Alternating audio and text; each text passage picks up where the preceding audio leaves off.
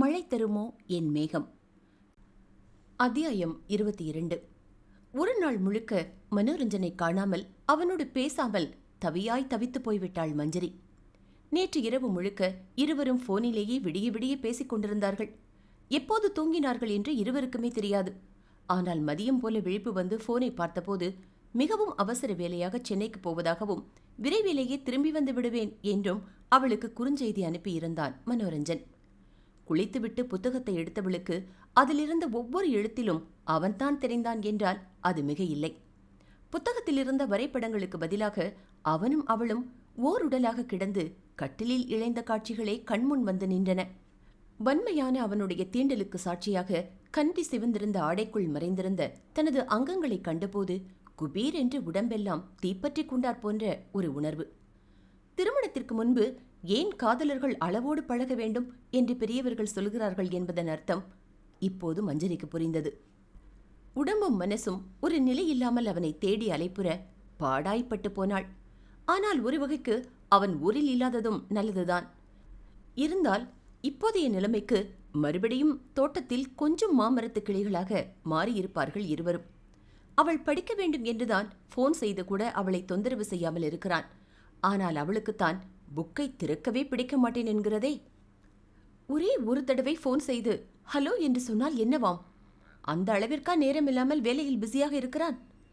அவனுடைய குரலை கூட கேட்காமல் பைத்தியம் பிடிப்பது போல் இருக்கிறது என்று தன் போனையே முறைத்து பார்த்து கொண்டிருந்தாள் மஞ்சரி. விடிந்தால் போதும், தினமும் தோட்டத்திற்கு போகிறேன் என்று குதித்து கொண்டு ஓடுபவள் இன்று அறைக்குள்ளேயே முடங்கி கிடக்க அவளை ஏற இறங்க பார்த்தார் தங்கம்மாள் பாட்டி. காலை 10 மணி ஆகியும் கூட பேத்தி இன்னும் சாப்பாட்டிற்கு வரவில்லையே என்று வலித்த முட்டியையும் தடவி விட்டுக்கொண்டே மாடி ஏறி வந்து பார்க்க பேத்தியோ குப்புற அடித்து நன்றாக குரட்டை விட்டு உறங்கிக் கொண்டிருந்தாள். விடிய விடிய படித்த களைப்பில் உறங்கிக் கொண்டிருக்கிறாள் என்று பாட்டி பெருமையாக நினைத்து கொண்டு போக, பேத்திக்கோ விடிய விடிய காதலனோடு கடலை போட்ட களைப்பு. குளித்து கீழே போய் சாமி கும்பிட்டு சாப்பிட்டு விட்டு மறுபடியும் மேலே வந்தவள் மனோரஞ்சன் கற்றுக் கொடுத்த பாடங்களை ஒரு முறை ரிவைஸ் பண்ணினாள். எந்த காரணத்தை கொண்டும் படிப்பை கோட்டை விட்டுவிடக்கூடாது என்று கண்டிப்பாக சொல்லிவிட்டு போயிருந்தான். ஆனால் என்னதான் கட்டுப்பாடாக படித்துக் கொண்டிருந்தாலும் கிளைக்கு கிளை தாவும் குரங்கு போல இங்கே படித்துக் கொண்டிருக்கும் போதே மனம் அவனிடம் தாவியது. இப்போது என்ன செய்து கொண்டிருப்பான்? சாப்பிட்டு இருப்பானா? இல்லை இன்னும் வேலையில்தான் பிஸியாக இருப்பானா? ஒரே ஒரு போன் செய்து பார்த்தால் என்ன? எனக்கு போன் செய்யக்கூடாது என்று அவன் அவளிடம் சொல்லவில்லையே. மனதில் ஒரு குறுகுறுப்போடு போனை எடுத்து அவனுடைய நம்பரை அழுத்தினாள். முதல் முறை முழுவதும் ரிங் போய் கட்டானது. இரண்டாவது முறை யாரோ எடுத்து ஹலோ சொன்னார்கள். ஒரு பெண் ஹலோ என்றாள். பதிலுக்கு இவள் ஹலோ என்றதும், யார் வேண்டும் உங்களுக்கு? மிஸ்டர் மனோரஞ்சன் என்றாள் மஞ்சரி மிகவும் மெல்லிய குரலில். அவளுக்கு சந்தேகம், ஏதோ ராங் நம்பர் போல என்று. மேடம், சார் தியேட்டர்ல இருக்காரு, வந்ததும் கால் பண்ண சொல்றேன் என்று சொல்லிவிட்டு போனை வைத்து விட்டாள் அந்த பெண். தலையும் புரியவில்லை, வாலும் புரியவில்லை மஞ்சரிக்கு. சார் தியேட்டரில் இருக்கிறாரா? ஐயோ, அவளுடைய அழைப்பு மனோரஞ்சனுக்கு போகாமல் வேறு யாரோ தியேட்டரில் படம் பார்த்து கொண்டிருந்தவனுக்கு போய்விட்டது போல. சே, தலையில் அடித்துக்கொண்டு விட்ட இடத்திலிருந்து பாடத்தை படிக்க முயற்சி செய்தாள் மஞ்சரி. மறுபடியும் அவனுக்கு போன் செய்ய வேண்டும் என்று தோன்றவில்லை. இதே போல ராங் நம்பராக வேறு யாருக்கோ போய்விட்டால் அசிங்கம் என்று எண்ணினாள். படிக்கவே இயலாமல் மனம் அலைந்து கொண்டிருந்த நிலையில் ஆபத்பாந்தனாக அங்கு வந்து சேர்ந்தார்கள் யமுனாவும் முத்தழகியும். 2 பேரும் கேட்ட சந்தேகங்களுக்கெல்லாம் விளக்கம் சொல்லி படங்களை வரைந்து காட்டி பாடங்களை விளக்கி என்று அவர்களுக்கு சொல்லிக் கொடுப்பதிலேயே மீண்டும் ஒரு முறை நன்றாக படித்து விட்டாள் மஞ்சரி. அதோடு மனோரஞ்சன் நினைப்பில் ஆர்ப்பரித்து அலைப்பாய்ந்து கொண்டிருந்த மனம் ஓரளவு அடங்கி அமைதியாகிவிட்டது. பேச்சும் அரட்டையும் படிப்புமாக ஒரு வழியாக அந்த நாளை எப்படியோ நெட்டி தள்ளிவிட்டாள் மஞ்சரி. செவ்வாய்க்கிழமை. மஞ்சரி எதிர்பார்த்து வந்ததை விட மிகவும் எளிமையாக இருந்தது அன்றைய கேள்வித்தாள். ஒவ்வொரு கேள்வியாய் அவள் மனதிற்குள் வாசிக்க வாசிக்க காதுக்குள் பதிலாய் அவன் வார்த்தைகள் ஒலிக்க ஒரு மெல்லிய சிரிப்போடு பரீட்சையை மிகவும் சந்தோஷமாக எழுதினாள் மஞ்சரி. பரீட்சை முடிந்து அனைவரும் சென்று விட்டார்கள், யமுனா உட்பட. யமுனாவின் அண்ணன் மனைவி ஊரில் கோவில் விசேஷம் என்பதால் அவன் வந்து அவளை அழைத்து சென்று விட்டான். மஞ்சரியை கல்லூரியிலேயே வந்து பிக்கப் செய்து கொள்வதாக மனோரஞ்சன் குறுஞ்செய்தி அனுப்பியிருந்தான். அதனால் யமுனாவோடு செல்ல மறுத்து கார் வரும் என்று பொய் சொல்லிவிட்டு கல்லூரி வாசலிலேயே நின்று கொண்டிருந்தாள் மஞ்சரி. அதிக நேரம் அவளை காக்க வைக்காமல் விரைவிலேயே அழைத்து விட்டான் மனோரஞ்சன். அவன் சொன்ன திசையிலேயே நடந்து கொண்டிருந்தாள் மஞ்சரி. தூரத்தில் ஒரு பெரிய மரத்துக்கடியில் அவனுடைய கார் நின்று கொண்டிருந்தது. வெள்ளை நிற மெர்சிடிஸ் பென்ஸ் GLA. கார் கதவை திறந்தவள் கையிலிருந்த புத்தகங்களையெல்லாம் தூர வீசிவிட்டு பாய்ந்து சென்று அவனை இறுக்கி கட்டிக்கொண்டாள். ஒரே ஒரு நாள் அவனுடைய பிரிவையே அவளால் தாங்க இயலவில்லை. இனிவரும் நிரந்தர பிரிவை எப்படி தாங்கப் போகிறார்களோ? அணைத்து கொண்டதோடு மட்டுமன்றி ஆவேசமாய் அவன் முகம் முழுக்க முத்தமிட்டுக் கொண்டிருந்தவள் ஒரு கட்டத்தில் உணர்ச்சி வேகம் தாங்காமல் அழுதுவிட அவளை மார்பில் சாய்த்து ஆசுவாசப்படுத்தினான் மனோரஞ்சன். தோளில் சாய்ந்து கண்ணீர் விட்டுக் கொண்டிருந்தவளை நிமிர்த்தி கண்ணீரை துடைத்துவிட்டு, உன்கிட்ட சொல்லிட்டு தானே போனேன், வேலையெல்லாம் முடிச்சுட்டு டியூஸ்டே உன்னை பார்க்க ஓடி வந்துடுவேன்னு. ஒரு நாள் கூட என்னை பார்க்காம இருக்க முடியலையா மஞ்சு பாப்பா? கேலியாக பேசி அவளை இயல்பாக்க முனைந்தான் மனோரஞ்சன். முடியலதான். இந்த மூஞ்ச பார்க்காம இருக்கவே முடியல. நேத்தெல்லாம் எப்படியோ இருந்தது. கொஞ்சம் படித்தேன். அப்புறம் மைனாவும் முத்தழகியும் வந்தாங்க. அதனால ஓரளவுக்கு மைண்ட் டைவர்ட் ஆச்சு. இல்லைன்னா ஒரே நாளில் உங்களை நினைச்சு பைத்தியம் ஆயிருப்பேன். கலங்கிய குரலில் மஞ்சரி சொல்ல அவளது துடித்த இதழ்களில் கொஞ்ச நேரம் இளைப்பாரி விட்டு நிமிர்ந்தான் மனோரஞ்சன். பிறகு, எனக்கும் அப்படிதான் இருந்தது மஞ்சு.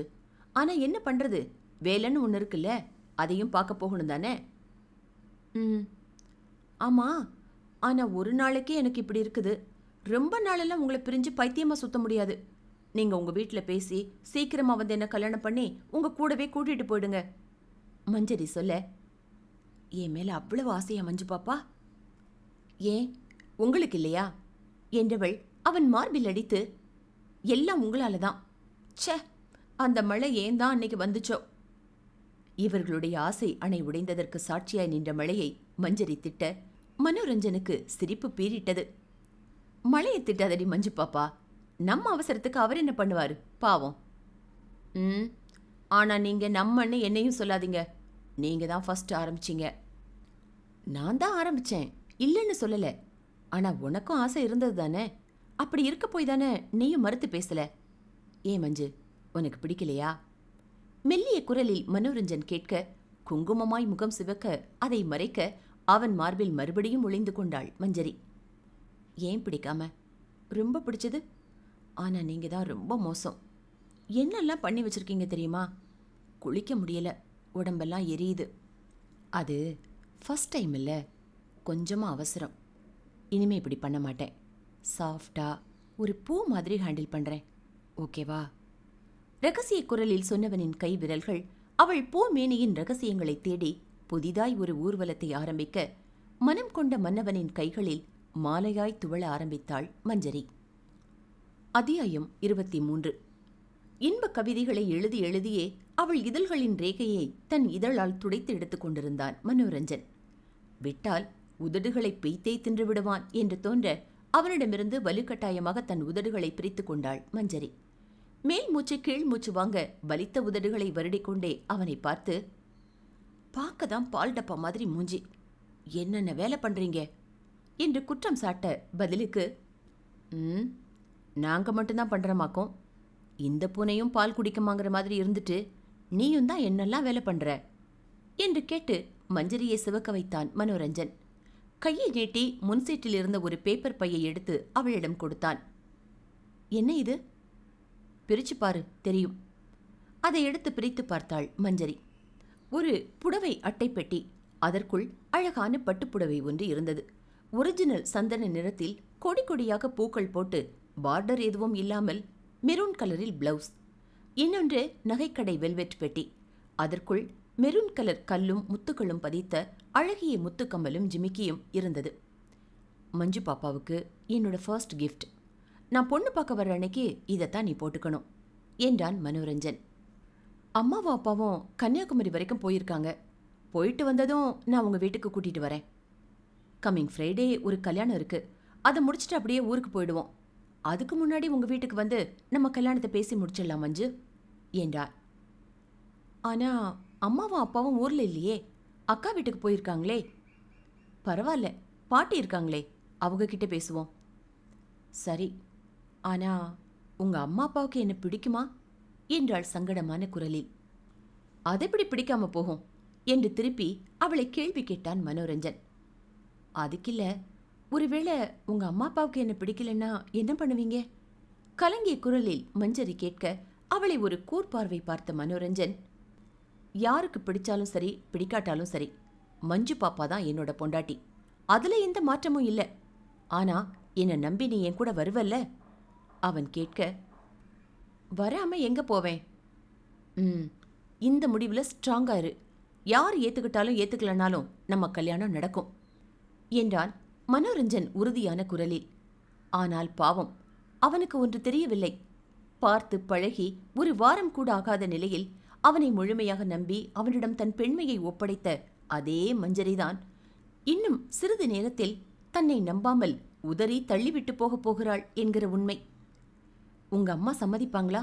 உங்க அப்பா சம்மதிப்பாங்களா என்று கேட்ட அதே வாய்தான், உன்ன மாதிரி ஒரு ஏமாத்தக்காரனை கல்யாணம் பண்ணிக்க எனக்கு என்ன பைத்தியமா பிடிச்சிருக்கு என்று கேட்கப் போகிறது. வீட்டிற்கு சென்று மதிய சாப்பாட்டை முடித்துவிட்டு மறுபடியும் தோட்டத்திற்கு வந்துவிட்டாள் மஞ்சரி. ஆனால் தோட்டத்திற்கு வந்தவளுக்கு பெரிய அதிர்ச்சி ஒன்று காத்திருந்தது. தவசி தாத்தாவும் பாட்டியும் வீட்டில் இருந்தார்கள். பாட்டிக்கு முழுமையாக உடம்பு குணமாகிவிட்டதால் டிஸ்சார்ஜ் செய்து வீட்டிற்கு அழைத்து வந்திருந்தார் தவசி தாத்தா. இனிமேல் திருட்டுத்தனமாக சந்தித்துக் கொள்ள முடியாது என்ற ஒரு மனக்குறை இருந்தாலும் சொர்ணம் பாட்டி வீட்டுக்கு வந்ததில் மஞ்சரிக்கு ரொம்பவே சந்தோஷம். பழக்க தோஷத்தில் மஞ்சரியின் தோட்டத்து முன்பே வண்டியை நிறுத்தியவன் கதவை திறந்து கொண்டு உற்சாகமாக விசிலடித்துக் கொண்டே உள்ளே நுழைய அவனை வரவேற்றது மஞ்சரி இல்லை, தவசி தாத்தா. இருந்தாலும் சட்டென்று சமாளித்துக் கொண்டான் மனோரஞ்சன். எப்ப வந்தீங்க தாத்தா? பாட்டியார் டிஸ்சார்ஜ் பண்ணி கூட்டிட்டு வந்தாச்சா என்று நலம் விசாரித்தான். ஆமையா, பாட்டி இப்ப நல்லா இருக்கா, அதான் கூட்டிட்டு வந்துட்டேன். இருவரும் வெளியே நின்று பேசிக் கொண்டிருக்க அப்போது அங்கே வந்தாள் மஞ்சரி. தாத்தா அறியாமலேயே இருவரும் ஜாடையிலேயே ஏதோ பேசிக் கொண்டார்கள். பிறகு, அது தாத்தா, நான் சாவி வாங்க வந்தேன் என்றான் மனோரஞ்சன். உள்ளே போய் அவர்கள் தோட்டத்து சாவியை எடுத்துக்கொண்டு வந்து மனோரஞ்சனிடம் கொடுத்தாள் மஞ்சரி. வாங்கிக் கொண்டு ஒன்றும் பேசாமல் போய்விட்டானவன். அவன் தலை மறையும் வரை அவனை பார்த்து கொண்டிருந்த தவசி தாத்தா மஞ்சரியிடம் திரும்பி, தம்பி யாருன்னு உனக்கு தெரியுமா மஞ்சு பாப்பா என்று ஆச்சரியமாக கேட்க, நல்ல தெரியுமே தாத்தா, மனோரஞ்சன் கோயில் விசேஷத்துக்கு வந்திருக்காரு, நம்ம டக்ளஸ் மாமா வீட்டில் தான் தங்கியிருக்காரு என்று உற்சாகமாக பதில் சொல்ல, அதை கேட்டு சிரித்து விட்டார் பெரியவர். நீ சொன்ன எல்லாமே கரெக்ட் தாமா, ஆனா அவன் வந்து டக்ளஸ் மாமா வீட்டில் தங்கல, அந்த வீடே அவனோடது தான். டக்ளஸ் மாமா அவனோட சின்ன சித்தப்பா, அதாவது அவங்க அப்பாவுக்கு ஒன்று விட்ட தம்பி. ஒரு கிறிஸ்தவ பொண்ணை காதலிச்சு கல்யாணம் பண்ணிக்கிட்டு அவனும் கிறிஸ்டினா மாறிட்டான்.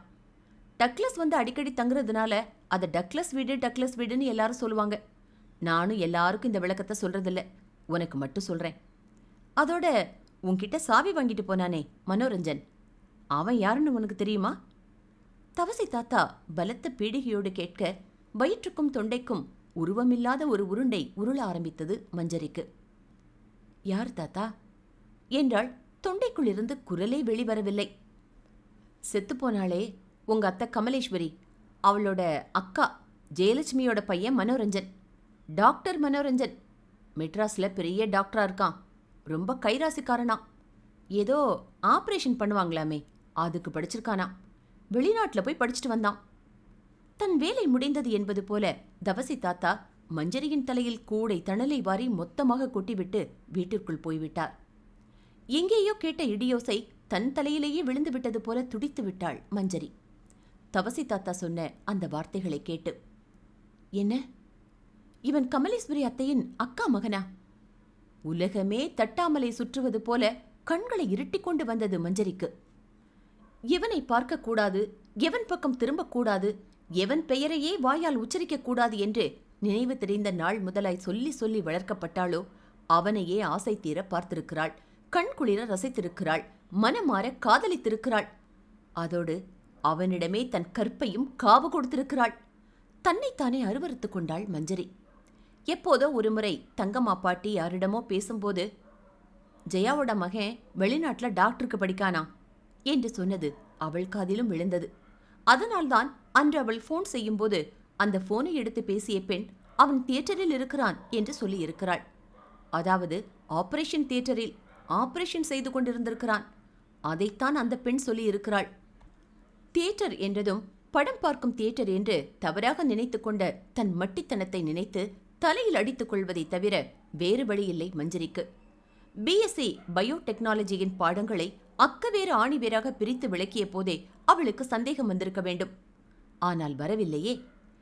அவனும் தான் அவன் படித்த படிப்பையும் அவன் ஒரு டாக்டர் என்பதையும் அவளிடம் சொல்லவில்லையே. ஏன் மறைத்தான்?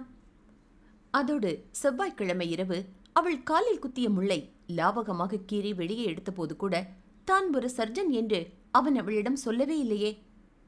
அப்படியானால் திட்டம் போட்டுத்தான் அவளை ஏமாற்றியிருக்கிறான் மனோரஞ்சன். உடம்பெல்லாம் தீப்பற்றி கொண்டாற் போல எரிய வில்லிலிருந்து புறப்பட்ட அம்பாக மனோரஞ்சனுக்கு எதிரே வந்து நின்றாள் மஞ்சரி. கிணற்றுக்கு பக்கத்தில் இருக்கும் பெரிய பம்பு செட்டு தொட்டி மீது ஏறி அமர்ந்து போன் பார்த்து கொண்டிருந்தவன் இவளை கண்டதும் சட்டென்று கீழே குதித்தான். போனை அணைத்து பாக்கெட்டிற்குள் வைத்தவன் அவள் வந்து நின்ற கோலத்தை கண்டதும் அதிர்ந்து விட்டான். கண் கலங்கி சிவந்து மேல் மூச்சு கீழ் மூச்சு வாங்க, இது என்ன கோலம்? பாண்டிய மன்னனிடம் கையில் ஒற்றை சிலம்போடு நீதி கேட்க சென்ற கண்ணகி இப்படித்தான் இருந்திருப்பாளோ? மஞ்சு, மஞ்சு, ஏன் என்னாச்சு? What happen?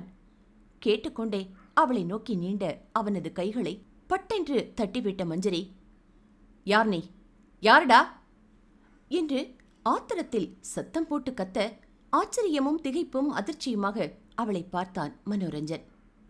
அத்தியாயம் 24. அவள் வந்து நின்ற கோலமே அவனுக்கு அதிர்ச்சி அளித்தது என்றால், அதற்கடுத்து அவள் போட்ட டாவிலேயே சர்வமும் ஒடுங்கிவிட்டது மனோரஞ்சனுக்கு. பின்னே கொஞ்ச நேரத்திற்கு முன்புதான் காரின் பின் சீட்டில் ஏருடல் ஓர் உயிராக தன்னோடு நாகம் போல பின்னி பிணைந்து கிடந்தவள் இப்போது வந்து யார்டா நீ என்றால் எவனுக்குத்தான் அதிர்ச்சியாக இருக்காது? அவனுக்கும் அதிர்ச்சிதான், பேரதிர்ச்சி. அதிர்ச்சியில் வாய்க்குள்ளிருந்து வார்த்தையே வெளிவரவில்லை. மஞ்சரி, வாட் ஹேப்பன்ட்? நான் சாகல, அது மட்டும்தான் பாக்கி. எனக்கு இன்னும் சாவு வரல, போதுமா? சொல்லு, உங்க அம்மா பேர் என்ன? காட்டு கத்தலாக அவள் கத்தி அந்த கேள்வியை கேட்க தலையும் புரியாமல் வாலும் புரியாமல் திருதிருவென்று முழித்துக் கொண்டு நின்றவன் பிறகு மெதுவாக ஜெயலட்சுமி என்று சொல்ல, ஐயோ போச்சு போச்சு என்றவள் தலையில் அடித்துக்கொண்டு அந்த மண்ணிலேயே சரிந்து மடங்கி அமர்ந்து கதறிவிட்டாள். மனம் நிறைந்த காதலி மண்ணில் கிடந்து அழுவதை அந்த அன்பு காதலனால் சகித்துக் கொள்ள இயலவில்லை. அவனும் அதே போல அமர்ந்து அவளை தேற்றுவதற்கு முனைந்தான். அவளோ அவனை ஏதோ வேண்டாத பொருளைப் போல பிடித்து தள்ளிவிட்டாள். சீ போடா, தள்ளிப்போ, என்ன தொடாத, எல்லாம் உன்னாலதான், சீட்டர். மஞ்சு, என்ன வந்ததிலிருந்து உளறிக்கிட்டே இருக்க? நான் இப்போ உன்னை சீட் பண்ண? நீயே உங்க அம்மா அப்பாவோட பேரையும் நீ ஒரு டாக்டருங்கிறதையும் என்கிட்ட சொல்லல. நீ கேட்கல, நான் சொல்லல. அதுவும் இல்லாம என்ன உனக்கு பிடிச்சிருந்தது, உன்னை எனக்கு பிடிச்சிருந்தது, நாம லவ் பண்ணோம், அவ்வளவுதான். அதான் சொல்லல. இல்ல இல்ல, நீ பொய் சொல்ற. நீ உங்க அம்மா சொல்லித்தான் இங்க வந்து என்ன லவ் பண்ற மாதிரி நடிச்சிருக்க. எல்லாம் உங்க அம்மாவோட பிளான். அவதான் சொல்லிவிட்டாளா? லவ் பண்ற மாதிரி நடிச்சு அசந்த நேரமா பார்த்து அவளை தொட்டு சோலிய முடிச்சிரு. வேற வழியே இல்லாம உன்னை கல்யாணம் பண்ணிக்குவா. அவங்க கிட்ட இருக்கிற சொத்து பத்தி எல்லாத்தையும் நாம புடுங்கிக்கிட்டு அவளை விரட்டி விட்டலான்னு உங்க அம்மா தான் பிளான் போட்டு உன்னை இங்க அனுப்பி விட்டாளா? ஏமாந்து விட்ட ஆத்திரத்தில் தன்னை மறந்து மஞ்சரி ஆங்காரமாக சத்தம் போட்டு கேட்க அவளை ஓங்கி அறைந்து விட்டான் மனோரஞ்சன். அவன் அறைந்த வேகத்தில் தூரமாய் தள்ளிப்போய் விழுந்து விட்டாள். அறைந்த பிறகும் ஆவேசம் அடங்காதவனாக அருகே வந்தவன் கீழே விழுந்து கிடந்தவளின் கழுத்தை பிடித்து நெரித்தான். யார பாத்தடி அவ இவன்னு மரியாதை இல்லாம பேசுற? கழுத்தை நெரிச்சு கொன்றுவேன். அம்மா, என்ன சொன்ன? சீட்டரா? யார் சீட்டர்? நானா? நான் என்ன சொல்லி உன்னை ஏமாத்தினேன் சொல்லு. நீயும் என் குடும்பத்தை பத்தி எதுவும் கேட்டுக்கல, அதே மாதிரி நானும் உன் குடும்பத்தை பத்தி எதுவுமே கேட்டுக்கல. நாம ஒருத்தருக்கு ஒருத்தர் லவ் பண்ணோம், அது அவ்வளவுதான். இதுல எங்க அம்மா எங்க இருந்து வந்தாங்க? ஏதோ பிளான் பண்ணாங்கன்னு சொல்ற, சொத்தை எல்லாம் பிடுங்க ட்ரை பண்றாங்கன்னு சொல்ற. என்னடி உளற? நீ முதல்ல உங்க அம்மா பேரை சொல்லு என்றவனுக்கு அப்போதுதான் உள்ளுர ஏதோ ஒரு சிறு பொறி தட்டியது. கூர்மையாக அவளை பார்த்தவன் பிறகு, ராஜாத்தி பொன்னா நீ என்று கேட்க, ஆமாம் என்று தலையசைத்த மஞ்சரி, ஒண்ணுமே தெரியாத மாதிரி நடிக்காத. நீ எல்லாமே தெரிஞ்சுதான் இந்த ஊருக்கு வந்த. இப்ப கேக்குற ராஜாத்தி பொன்னான்னு. என்ன நடிப்பு! நான் ராஜாத்தி பொண்ணுன்னு தெரிஞ்சுதானே என்ன லவ் பண்ற மாதிரி நடிச்ச, என்ன ரேப் பண்ண என்று சொல்ல மனோரஞ்சனின் பிடி இன்னும் இறுகியது. ரத்தம்தான் வருகிறதோ என்று எண்ணும் அளவிற்கு கண்கள் சிவந்து விட்டன. மறுபடி ஏமாத்தினேன்னு சொல்லாத மஞ்சு. நான் உன்னை ஏமாத்தல. நீ யாருன்னு தெரியாமத்தான் நான் உன்னை லவ் பண்ணேன். அதோட உன் விருப்பம் இல்லாம ஒன்னும் நான் உன்னை தொடல. அதை நல்ல ஞாபகம் வச்சுட்டு பேசு. என்னவோ உனக்கு கொஞ்சம் கூட சம்மதமே இல்லாம உன்னை கடத்திக்கிட்டு வந்து நான் கதற கதற கற்பழிச்ச மாதிரி ரேப் பண்ணிட்டேன்னு சொல்ற. நீ அந்த ஈன பிறவி கொலகாரி ராஜாத்தியோட பொண்ணு தானே. உன்கிட்ட இருந்து இதை தவிர வேற என்ன நான் எதிர்பார்க்க முடியும் என்று சொல்ல மனோரஞ்சனை அடிப்பதற்காக பாய்ந்தாள் மஞ்சரி. எங்க அம்மாவை குறை சொல்லாதடா, எங்க அம்மாவை குறை சொல்லாத. நீதான் மோசம், நீயும் உன் அம்மாவும் தான் மோசம். கண்ணை மூடிக்கொண்டு கத்தினாள். ஆமாண்டி, மோசம்தான். நானும் என் குடும்பமும் ரொம்ப மோசமானவங்க தான். எங்க சித்தியை கொண்ட கொலகாரியை இன்னும் உயிரோட விட்டு வச்சிருக்கோம் பாரு, நாங்க மோசமானவங்க தான். அதோட எங்களுக்கு உரிமையான சொத்தை ஆண்டு அனுபவிக்கட்டும் பாவம்னு இன்னும் உங்ககிட்டயே விட்டு வச்சிருக்கோம் பாரு, நாங்க மோசமானவங்க, கேடு கெட்டவங்க தான். உனக்கெல்லாம் கொஞ்சமாவது அறிவு இருக்கா இல்லையா? நீ நின்னுக்கிட்டு இருக்கியே இந்த தோட்டம், இதுக்கு பக்கத்தில் இருக்கிறது தான் உங்க தோட்டம். இது எங்க தாத்தா, அதாவது எங்க அம்மாவோட அப்பா எங்க அம்மாவுக்கும் சித்திக்கும் பிரிச்சு கொடுத்த சொத்து. இது என்னோடதுன்னு வாய்க்கு வாய் சொல்றியே, அந்த என்னோடதுங்கிற சொத்தெல்லாம் எங்களோடது, எங்க சித்தியோடது. இந்த சொத்தை எல்லாம் மொத்தமா அபகரிக்க திட்டம் போட்டுதான் உங்க அம்மா எங்க சித்தியை கொன்னது. கொஞ்சம் கூட வெக்கமே இல்லாம அடுத்தவங்களோட சொத்தை ஆட்டைய போட்டு சுத்திக்கிட்டு பெருமை பேசிட்டாலேரா உங்க அம்மா. அவங்க நல்லவங்க, நாங்க கெட்டவங்களா? போடி போ. என்னத்த சொல்லி உன்னை விஷமா வளர்த்தாங்கன்னு எனக்கு தெரியல. ஆனா நான் உன் மேல வச்சிருந்த காதல் நிஜம். உங்க தாத்தா ராஜரத்னத்துக்கு என்ன வேலை தெரியுமா? வெறுமனே ராத்திரி நேரத்துல வயலை காவல் காக்குற வேலை. அவரா இவ்வளவு சொத்துக்களை வாங்கி கூச்சாரு? சரி, அவரை விட்டு தள்ளு. உங்க அப்பா என்ன வேலை பார்க்கறாரு? அத முதல்ல கேளு. இவ்வளவு வாய் பேசுறியே, போய் உங்க அம்மா கிட்ட கேளேன். இப்ப நம்ம கிட்ட இருக்கிற சொத்தெல்லாம் யாரு சம்பாதிச்சதுன்னு பதில் சொல்லிட்டா பாத்துருவோம். மனோரஞ்சன் சவால் விட்டு பேச சீறி கொண்டு வந்தாள் மஞ்சரி. நான் ஏன் எங்க அம்மா கிட்ட கேட்கணும்? எங்க அம்மா மேல நம்பிக்கை இல்லாம இருந்தாதான் அதை கேட்டு விசாரிக்கணும். எனக்கு அவங்க மேல முழு நம்பிக்கை இருக்கு. இந்த சொத்தெல்லாம் எங்க அம்மாவும் அப்பாவும் கஷ்டப்பட்டு உழைச்சு சம்பாதிச்சதுதான். அவங்களுக்கு என்ன வேற வேலை விதி இல்லையா? உங்க சொத்தை ஏமாத்தி புடுங்கணும்னு இப்படியெல்லாம் பொய் மேல பொய் சொல்றதுக்கு உங்களுக்கு எப்படித்தான் வாய் வருதோ? வந்த ஆத்திரத்தில் அவளை அடிப்பதற்காக மறுபடியும் கை ஓங்கிவிட்டான் மனோரஞ்சன். ஆனால் அடிப்பதற்கு மனம் வரவில்லை. ஏற்கனவே வாங்கிய அறையில் கன்னம் வீங்கி சிவந்து போய்விட்டது. இன்னும் ஒரு அறை விட்டால் அவ்வளவுதான். சற்று நேரத்திற்கு முன்பு அவன் ஆசையாக கொடுத்த முத்தத்தின் சிவப்பு மாறுவதற்குள் அடித்தே கன்னத்தை சிவக்க வைத்து விட்டான். பாவமாகவும் இருந்தது அவனுக்கு அவளை பார்ப்பதற்கு. ஆனால் என்ன பேச்சு பேசுகிறாள்? அவன் சொல்லும் எதையாவது காது கொடுத்து கேட்கிறாளா? மனசு ஆறவில்லை மனோரஞ்சனுக்கு. தான் பிடித்த முயலுக்கு 3 கால் என்று அதென்ன பிடிவாதம்? அவளை பெற்றவள் என்ன அரிச்சந்திரன் வீட்டுக்கு அடுத்த வீட்டுக்காரியா, இல்லை அந்த பரம்பரையில் உதித்து வந்தவளா? ஆத்திரமாக வந்தது மனோரஞ்சனுக்கு. செய்யக்கூடாத பாதகங்கள் அனைத்தையும் செய்து ஒரு உயிரையும் போக்கிவிட்டு கொஞ்சம் கூட மனசாட்சியே இல்லாமல் என்ன மாதிரி தப்பும் தவறுமாக சொல்லி மகளையும் வளர்த்து விட்டிருக்கிறாள் அந்த ராஜாத்தி. சித்தி இறந்த சமயம் அம்மா அவளை அடித்ததோடு விட்டிருக்க கூடாது, அடித்து கொன்றிருக்க வேண்டும் என்று இப்போது நினைத்தான் மனோரஞ்சன். சாகும் வயதா சித்திக்கு? அம்மாவை விட 3 வயது இளையவர். பணத்துக்காகவும் சொத்துக்காகவும் சித்தியிடமிருந்த நகைகளுக்காகவும் அநியாயமாக சித்தியை கொன்றது அந்த ராஜாத்திதான். அதை சொன்னால் மகளுக்கு கோபம் வருகிறது. ஆனால் தவறு செய்பவள் நான் தான் அத்தனையும் செய்தேன் என்று பெற்ற மகளிடம் ஒப்புக்கொள்வாளா என்ன?